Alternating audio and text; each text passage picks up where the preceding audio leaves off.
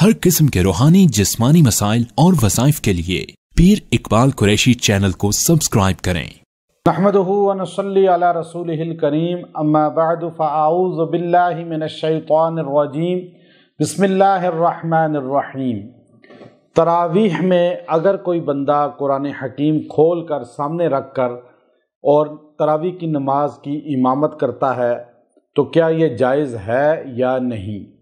बहुत से लोग जो है अक्सर देखने में आया कि वो तरावीह की नमाज में कुरान हकीम खोल लेते हैं और कुरान हकीम को देखकर तिलावत करते हैं और तरावीह की इमामत करते हैं।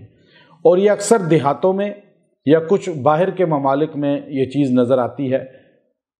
ये चीज़ बिल्कुल जायज़ नहीं है कि जो इमाम है उसको कुरान पाक याद नहीं या हाफिज़ नहीं और वो कुरान पाक हाथ में लेकर पूरे कुरान पाक की तिलावत करे।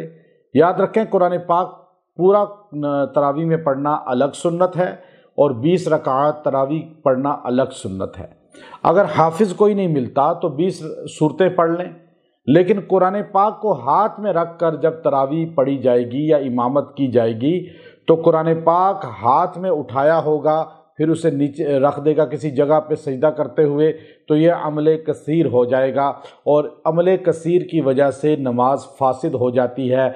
इमाम की भी फासिद हो जाएगी और मुक्तदी की भी फासिद हो जाएगी, नमाज नहीं होगी, तरावीह होगी ही नहीं, उसका अजर ही नहीं मिलेगा।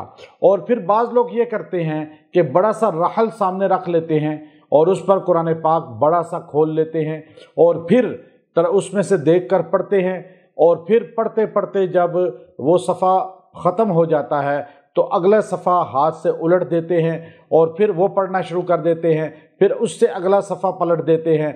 ये भी अमले कसीर है, इससे भी नमाज टूट जाएगी, फासिद हो जाएगी। क्यों? दूसरी वजह यह है कि इसने बाहर नमाज से लुक़मा लिया। नमाज के दौरान एक इमाम जो है वो अपने मुक्तदी से तो लुक़मा ले सकता है, गलती अगर ये करता है तो वो मुक्तदी जो है वो इसको गलती बतलाता है आयात की तो वो ले सकता है, लेकिन एक खारिज नमाज है जो नमाजी नहीं है, मुक्तदी नहीं है, वो चाहे बैठा हुआ है चाहे वो वज़ू कर रहा है, वो अगर तिलावत कुरान पाक में गलती पर वो टोकता है और गलती बताता है, इमाम ने उसकी गलती ले ली तो फ़ौरन नमाज फासिद हो जाएगी। इसलिए याद रखें, कुरान पाक को हाथ में पकड़कर या रहल पे रख के उससे देखकर तरावीह की इमामत करना या कुरान पढ़ना नवाफिल में ये जायज़ नहीं है। व आखिर दावाना अनिल हम्दुलिल्लाहि रब्बिल आलमीन।